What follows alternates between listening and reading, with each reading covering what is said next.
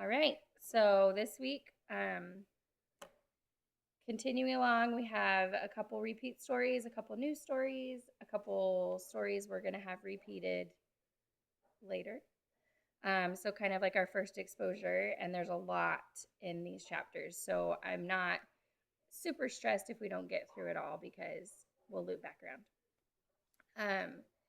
And I just love, there's just so many good things in these chapters, even with the repeat stories where I'm like, oh, look, we've heard this the fifth time. So you just be excited. Uh, so I kind of skipped the story in the very beginning of chapter 9, where he heals the paraplegic, the paralytic, because again, we've kind of gone over that a couple of times and it touches my heart, but I'm just kind of like, I don't really have anything else to say. But it's just interesting to see everyone's different perspective, how some people have a lot of detail and some of them kind of just gloss over it really quickly. So I appreciate all the different accounts that we have because you get this like well-rounded picture of what happened. And we see Matthew be called again, which we've seen a couple times in the other Gospels. And something that I loved, again, just kind of sitting with some of the things that he said before. But this time, for whatever reason, and I don't know if it was just the wording that Matthew used, but when Jesus calls Matthew, they leave, they go to lunch or dinner, they go to eat. And the Pharisees are coming by like, oh, can you believe it? He's with tax collectors, the scum and the scammy guys who just are greedy, and oh, the sinners, and look at all the people at his meals. I can't believe he'd associate with that. And when he says, those who are well have no need of a physician, but those who are sick do. So that's what I mean is I'm coming not to call the righteous, but the sinners. I'm going to open the King James Version. And what I loved is in the King James Version, it says, they that be whole need not a physician, but the sick. And I just love that they use that word whole. And I was thinking about that and how if we are complete, if we are whole and, unified and done, we don't need Christ. We have everything that we need. And like, we're not missing anything. So why would you go look for Christ? Why would you look for something missing if you had it all? And so I just loved thinking of us all because every single one of us is missing something, down to the teeniest, tiniest characteristic or, personality trait you want to develop. None of us are perfect and whole and complete. And so I love thinking, when he says, I came for, not to call the righteous, but the sinners. And, yes, we are all sinners. And I still think it's hard for some of us to kind of wrap our minds around that. Like, oh, I'm good. I've got Jesus. I go to church. I do what I'm supposed to do. I'm good. But you're not, because we're not whole. And I just loved it, Matthew especially, but and maybe in the other accounts it said it too, but this week it stuck out. Just that he said, if you're whole, you don't need a physician. We wouldn't need Christ. So we're lacking something. We're without. We're missing something, and that piece is Christ. And whatever it is that he needs to be to fill in that for us. And I just really loved that. And then I loved immediately after that to the Pharisee that he was talking to. He says, now go and learn what this means. I just love, he says the line and is like, now go home and think about it. Look through the scriptures, study it, ponder, whatever you need to do. Go figure out what that means. And like, that's kind of what I sat and did, where I was like, oh, I love that. And then he continues on and says, I desire mercy, not just sacrifice. Where is it? I will have mercy and not sacrifice, for I came to call the righteous, but came not to call the righteous, but sinners to repentance. And I love just thinking of this mercy versus sacrifice to a Pharisee. The Pharisees were all about their rules, their guidelines and what you could and couldn't do, and when go here and when to eat this and when to, change your clothes and all the very minute details. And he's saying that, sacrifices are good, but I want mercy. I want compassion. I want care and love for these sinners, for these tax collectors and publicans, for, fill in the blank. and that he's saying that he values that more. And even in Hebrew, it said mercy translates into steadfast love. So that's all he was asking these Pharisees for. It's like, I appreciate your dedication, your diligence. You're very good at keeping the law, those rituals, all those things you do. Like, that's great. But it's more than that. And I need this steadfast love for all of these, for the outcasts, for the sinners, for the unclean. And so I just kind of love that whole exchange. Again, we've heard it before, but I don't know why it stuck out to me today, looking over this and just some of the little words, just being like, oh, that word stuck out this time and that word stuck out this time. But I just loved it. Like, we are all missing something that only Christ can fill in. And that's why he came here, is to fill in that missing piece for us. And then even just him telling the Pharisees, now go figure it out. Go study and learn, which just reminds me, like at conference and the King Benjamin speeches, like, now go home into your homes and discuss and, write down everything you heard and discuss it and learn it and put it in your life.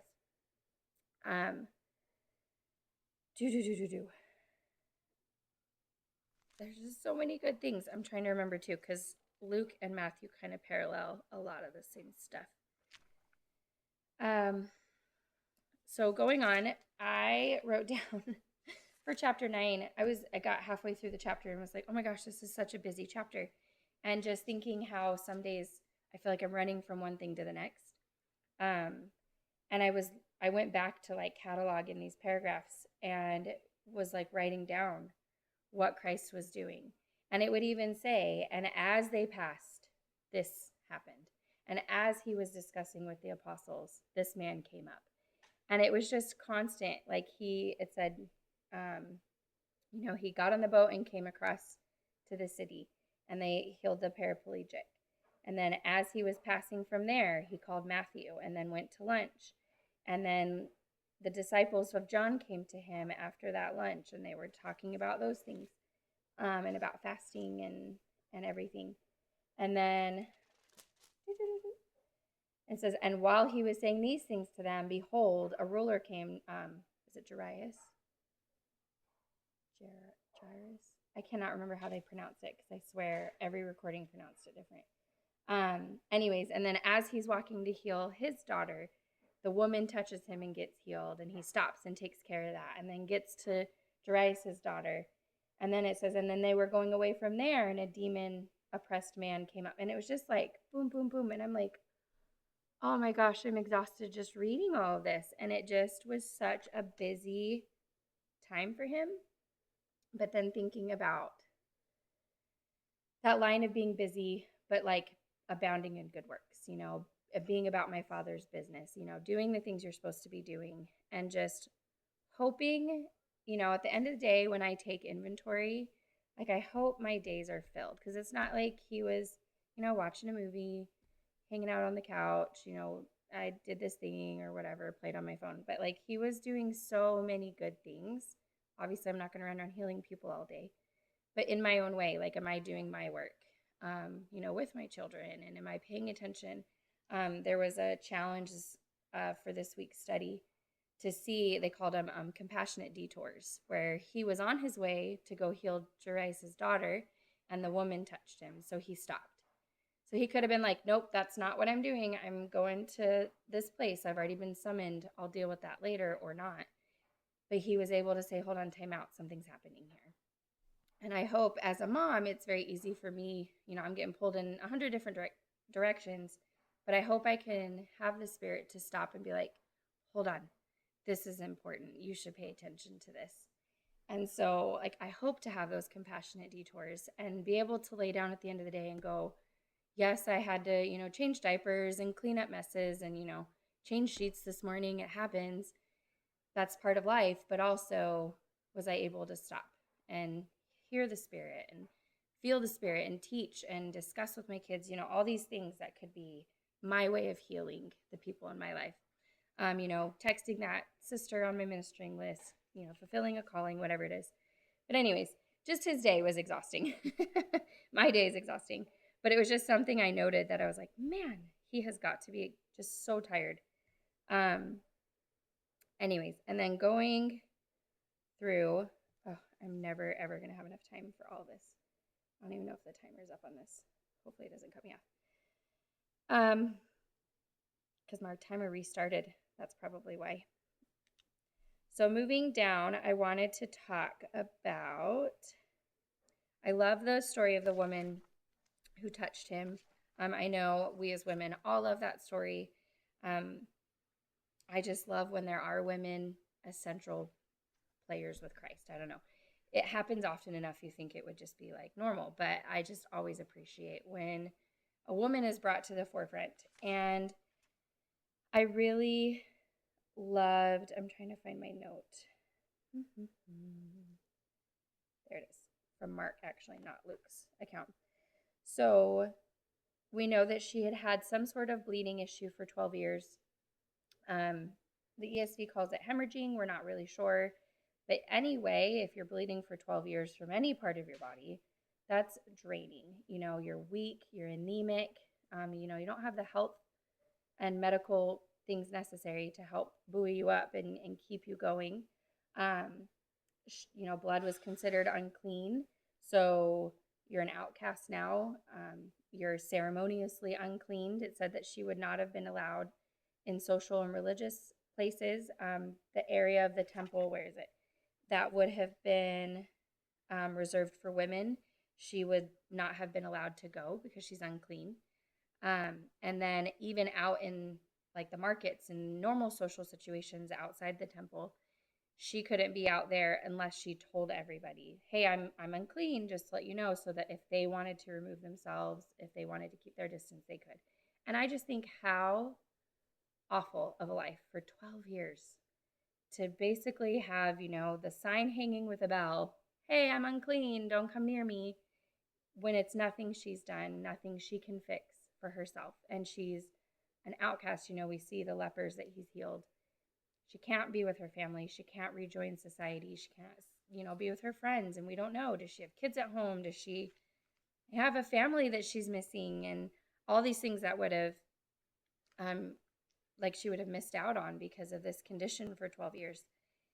And just like such a sad, sad situation. And loving that she has to make the effort. She heard Christ was coming, heard who he was, any little inkling of who he was.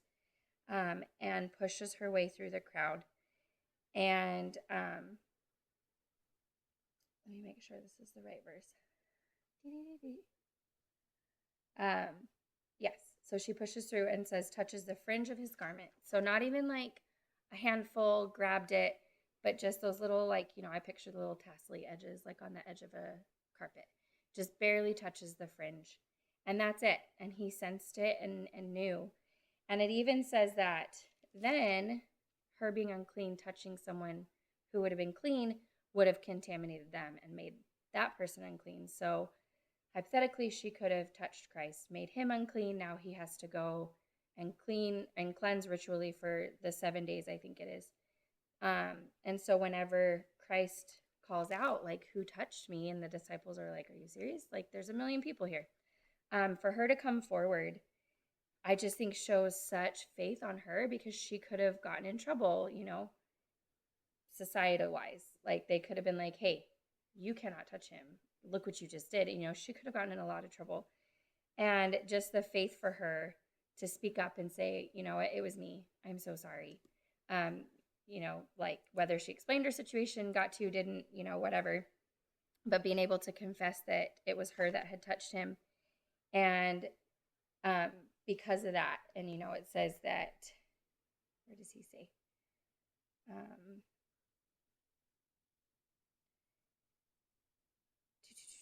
Before that, whenever she thinks in her mind, if I only touch his garment. Again, and maybe this is why this word stuck out to me this week, but it says, if I only touch his garment, I will be made whole. And I went back to that. The whole people don't need Christ. So she's missing something. She's lacking. She needs Jesus. She needs that missing piece to her puzzle so that she can be whole. And then, seeing her, talking with her, I know Mark, it gives a little bit more, but I love it says, take heart, daughter, your faith hath made you whole, I think is what the ESV says. And I just love that, that it says you shall be whole. And she was made whole from that hour.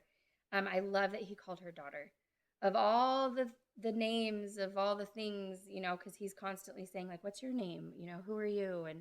And he could have called her by name. But I love that he chose the word daughter, not even woman, um, but to call her like his, because I think of dads and their daughters and just how sweet. And she is part of a family again, and she gets to be a part of something and is welcomed in. And sweetheart, you're home, you did it. Like, you suffered for these 12 years, you're here now. And I just love that he chose the word daughter to call it out to her. And I just think, like, what a welcome after 12 years. um that is a different part of the story. I was about to like totally branch into a different thing. Okay. And then something, oh, I'm like hitting the microphone. Over and over in these stories, what I love, and I'm sure I've noticed it in other ones too, is that it says, according to your faith. And they sit and say, they're amazed and they're in awe and look at the wonderful things Christ has done. According to your faith, be it done to you. I'm not doing this. Like, yes, he is. It's his power. It's God's power. But it's the people's faith that's making this miracle come about. And it says later, because I think in verse 22, he tells the woman, it is your faith that has healed you. When he goes to, I think, the blind man, is that where I'm at? Promise I'm organized. Yes, touch their eyes according to your faith. Be it done. That's a lot of pressure on me. I mean, it's easy for me to sit and say prayers and, with my grocery list of things that I wish and hope and pray for. But if he was to say, okay, I'll do that, how's your faith on it? Do you actually believe that I'll do this? I don't know. Like, if it was my vision, would I get 20/20 vision out of that miracle, or would it be, a little so-so? I don't know. I try to think back this week. I was thinking of, some miracles in my life, and I'm like, did I have perfect faith in that? And I'm like, absolutely not. I know I didn't. But how beautiful it is to be reminded, it doesn't take a lot of faith. We're coming up on Jacob's year anniversary for his accident. And I think how I had all the faith in the world that God could heal him, that he could walk away from that. Did I believe he would? Did I believe that was the plan? No. I was afraid. I was so afraid to believe that we would get that miracle. So it's like, it's such a hard thing to walk. And so to watch these people over and over, kind of be not challenged necessarily, but have that faith challenged. And then even that story with Jairus' daughter, that one was a little hard just because it's a little close to my heart at this time. And him running to Christ, kneeling down at Christ saying, you've got to come, you've got to help my daughter. And Jesus getting detoured, and then another worker coming up and saying, it's too late. I would have lost my mind if I had gone to get Jesus, it had taken too long, and then she had died in the process. And just how that would have hurt. And then to still have the faith, because I think he says to, maybe it's in Mark, I think I'm in the wrong chapter, when he says to Mark, fear not, only believe.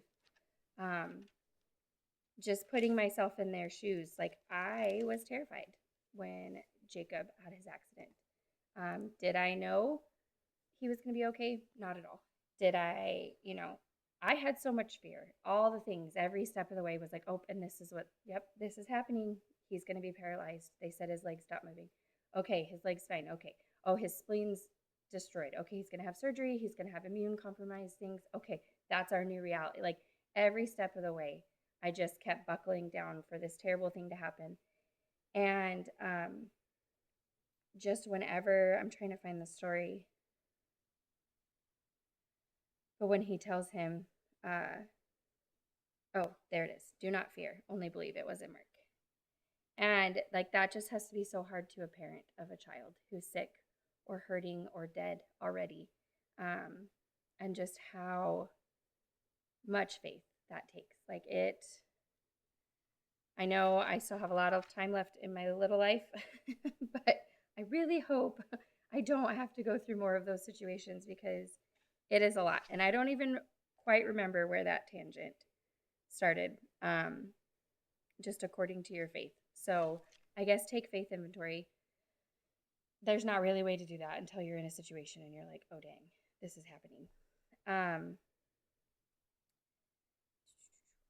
trying to see if there's anything. It was noted in Mark, especially, where it says, and he took her by the hand. Again, this would have made Christ unclean, but we see him overcoming those laws and rituals. Yes, if she had remained dead, he would have touched, a deceased person, and that would have made him unclean. But she was able to rise and become alive. And so she's not unclean anymore, and how Christ just gets to defy those odds. And so when it says the quote, Talitha Kumai, which means, mine says little girl, it's not what it says in the King James. I say to you, arise. Mark wasn't there, but he got that quote in Aramaic. Would have been an eyewitness quote, which it gives me like tingles, like, oh, he talked, whether it was Peter's account, because Peter was here because he only allowed Peter, James, and John, or Simon, Peter, James, and John to come in. Like, there was only a small group in that room, and somebody told him, and that just, somebody was there with him and wrote this down. Like, it just gets me all giddy. And then they said she got up and began walking. Like that, and it is a miracle. It took Jacob a week and a half before he started putting pressure on his leg. Like, even sitting up on the ground, I have a video of me dancing behind him in the hospital because he finally would put pressure to sit unassisted. And we were like, days and days later, oh my gosh, he's sitting. And then it was, a week or so after that, oh, he's putting pressure on his foot and, limping. And so the absolute miracle of her standing up from being dead and being able to walk is just like, what a beautiful miracle. Like, oh my gosh, I cannot even put it into words. And there's just so many more good things. In Luke, I hope there's some more stories in his that we come back to, because I didn't put in the time I wanted to, mostly thinking, oh, we'll come back to it, it'll be fine. But like feeding the 5,000, it talks for like the fourth time about him calling the apostles. And I just love when it says, and he brought the 12 together and gave them power and authority. And I love that. That's, laying off the hands. That's priesthood keys. And, gave him the authority over demons and to cure diseases and to cast out. And I'm just like, oh, I love that those are the same keys that we have today that are being passed down. Logan's coming up in a couple years to getting just the Aaronic priesthood. And I'm like, oh, it's the priesthood power. That's that power and authority from the apostles. Like, it just, these little tiny things, like I said, I get all giddy and it's really silly. But I love the story of feeding the 5,000, and maybe not Luke's version, because I was like, wait, where's this detail? Where's this detail? So I won't go into those details that weren't mentioned. So hopefully we go back to the story. If not, I'll be very sad. But the one thing that I love that was pointed out is that they were like, we don't have enough food for everybody. We have 5 loaves and 2 fishes. And all of these people, they said there were 5,000 men, however many women and children attached to that. So many people. And for them to say, this is all we have. And he looked up to heaven and said a blessing over them, which to me just reminds me of the sacrament of sacrifice, of magnifying, what's brought forth, asking for that power from heaven, for that blessing from God to make it more. And then whenever he told the men, we got the things to eat, divide everyone up into, what did he say, the 50s? Have them sit in groups of 50. And then they did that. And then they all sat down. And it said, there was a note that said, in the verse, said, and they did so. Just that simple. And then they did what he said. They didn't know why. They didn't say, why do we have to sit in groups of 50? What does that have? We still only have 5 loaves and 2 bread, or 2 fishes. So, like, now we're in groups of 50. What does that matter? Like, they didn't ask for explanation. They didn't ask for, okay, but show us the food first. But there was obedience that preceded their understanding. It preceded the miracle, that they were like, okay, this doesn't make any sense, but we're going to do it because Christ told us to go sit in these groups and divide and, have this order. And I just always love watching the magnification of that blessing in this huge multitude, and how that can be like a direct correlation to our lives, if we just invite God to come and be a part of that story. And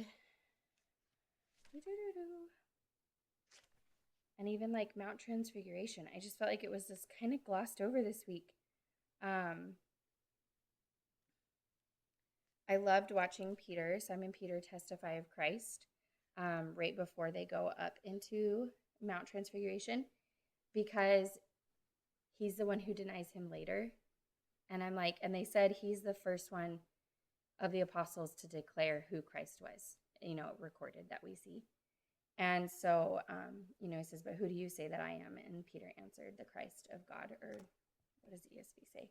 The words in the ESV always are super weird in it. I like to try to be consistent with you guys. The Christ of God, Peter answered, saying. And so we finally get an apostle who's like, I know who you are. I'm testifying of this. And then part of my heart just broke for him. Like, so what happens in, a few months, weeks, years time for you to deny him 3 times when you were one of the first to declare it? And then, he takes Peter, James, and John up into the mountain. I love that amazing experience they get to have. They get to see Moses and Elijah. Calls to me the Kirtland Temple dedication where the prophets came to restore the keys. And I could just see, the prophets wanting to come and see Christ and be like, okay, how's the work going? Like, what can we do? And what can we do on our end? And I don't know. I just imagine everyone has their callings and we're all players in this huge plan. It's not just Earth. It's all the realms beyond, and just everyone kind of coinciding in this one spot. And Peter, James, and John get to see that. And being able to listen, after Peter testifies, oh, you're Christ, you're Christ of God. And to hear Christ's voice confirm that. It says, when that cloud came down, which was the presence of God among them, and said, this is my son, my beloved son. In the ESV, it says, this is my son, the chosen one. Listen to him. And I'm just like, he's the chosen one to come. Like, this was his mission, his time on earth. And it was just, how cool if you ever were to bear a testimony and have the prophet get up behind you and be like, oh yeah, what she just said. Ditto. Like, that would just probably, like, my heart would explode. And so to imagine God being like, Peter, you were right. This is my son. This is Jesus Christ. I think just what, like, a solidifying moment in my testimony.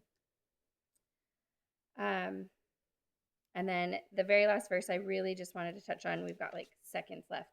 It says he sets his face towards Jerusalem. And now it's, at least in Luke, his theme is going to be leading to the cross. So we can kind of start looking for hints of that to come. Oh no! Oh, one day I won't be shocked when my video cuts off. So I guess I could finish my thought on my video. Yeah, so everything now from at least Luke's perspective will be foreshadowing to that crucifixion and his death, and then ultimately his resurrection. So it was just kind of a cool foreshadowing in a line that he had said. He sets his face towards Jerusalem, like he kind of knows what's coming. And so it'll be interesting to see that kind of play out, at least through Luke. I'm not sure about the other Gospels yet, but at least if we're in Luke, then it will. But that is all I have. And hopefully you guys enjoyed some of Matthew, Mark, and Luke this week, and we will be back next week.